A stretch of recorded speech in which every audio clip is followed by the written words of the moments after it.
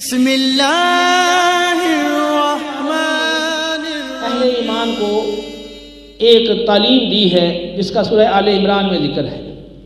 ان تمسسکم حسنۃ تسؤہم وان تصبکم سیئۃ یفرحوا بها وان تصبروا وتتقوا لا یضرکم کیدہم شیئا ان اللہ بما یعملون محیط۔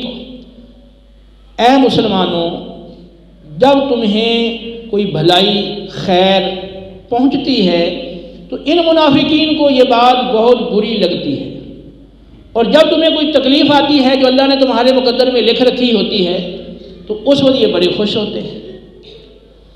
اب انہیں تمہاری تکلیف پسند ہے اور تمہاری خیر انہیں ناپسند ہے، یہ تمہارے دشمن ہیں، اور یہ ایسا جو دشمن ہے وہ لازماً نقصان پہنچانے کے لیے وہ خفیہ طور پر سازشیں کرتا ہے، منصوبہ بندی کرتا ہے۔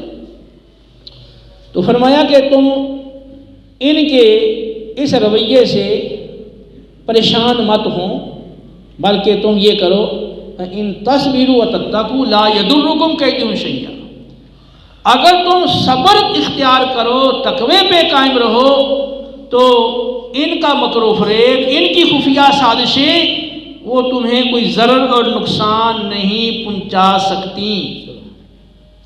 صبر اور تقوی، صبر کے بارے میں ان اللہ مع الصابرین، بے شک اللہ تعالیٰ صبر کرنے والوں کے ساتھ ہے۔ واللہ یحب الصابرین، اللہ تعالیٰ صبر کرنے والوں سے محبت فرماتا ہے۔ انما یوفی الصابرون اجرہم بغیر حساب، اور صبر کرنے والوں کو بے حساب اجر سے نوازا جائے گا۔ اسی طرح جو تقویٰ ہے، وَاعْلَمُوا أَنَّ اللَّهَ مَعَ الْمُتَّقِينَ، بے شک اللہ تقویٰ اختیار کرنے والوں کے ساتھ ہے۔ وَاللَّهُ يُحِبُّ الْمُتَّقِينَ، اللہ تقوی والوں سے محبت کرتا ہے۔ إِنَّ أَكْرَمَكُمْ عِندَ اللَّهِ أَتْقَاكُمْ، بے شک اللہ کے ہاں زیادہ عزت و مرتبے والا اور شان والا وہ ہے جو تم میں زیادہ تقوی والا ہے۔ تو اب فرمایا کہ تم صبر اور تقوی پر قائم رہو، تو اللہ کی مدد اور معیت وہ تمہارے ساتھ رہے گی، اور تمہارا مخالف اور تمہیں کوئی نقصان نہیں پہنچا سکے گا۔ اللہ تمہاری حفاظت کے اسباب پیدا فرما دے گا، اور تمہارا مخالف ہو وہ ناکام ہو جائے گا۔ وَأَنَّ اللَّهَ لَا يَهْدِي كَيْدَ الْخَائِنِينَ، بے شک اللہ خیانت کرنے والوں کے مکر کو چلنے نہیں دیتا۔ تو خیانت کرنے والوں کا جو مکر ہے وہ نہیں چلتا، وہ اس میں کامیاب نہیں ہوتے، بشرطے کے مقابلے میں تقویٰ اور صبر کو اختیار کیا جائے۔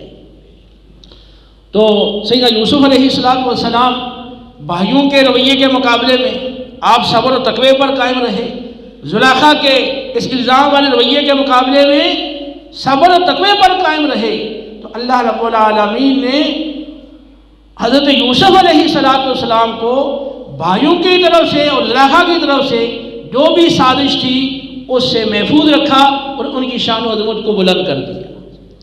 اسی طرح یہ بات حضرت عائشہ صدیقہ رضی اللہ تعالیٰ عنہا کے لیے بھی پیش آئی کہ آپ بھی ان حالات میں صبر اور تقوی پر قائم رہی، تو اللہ رب العالمین نے صبر کی وجہ سے، تقوی کی وجہ سے وہ جو بدکاری کی تہمت لگا کر پھیلانے والے تھے ان کو خیب و خاسر کر دیا، ان کو ناکام بنا دیا، ان کی شان میں آیات نازل کر کے ان کا جھوٹا ہونا سب پہ واضح کر دیا۔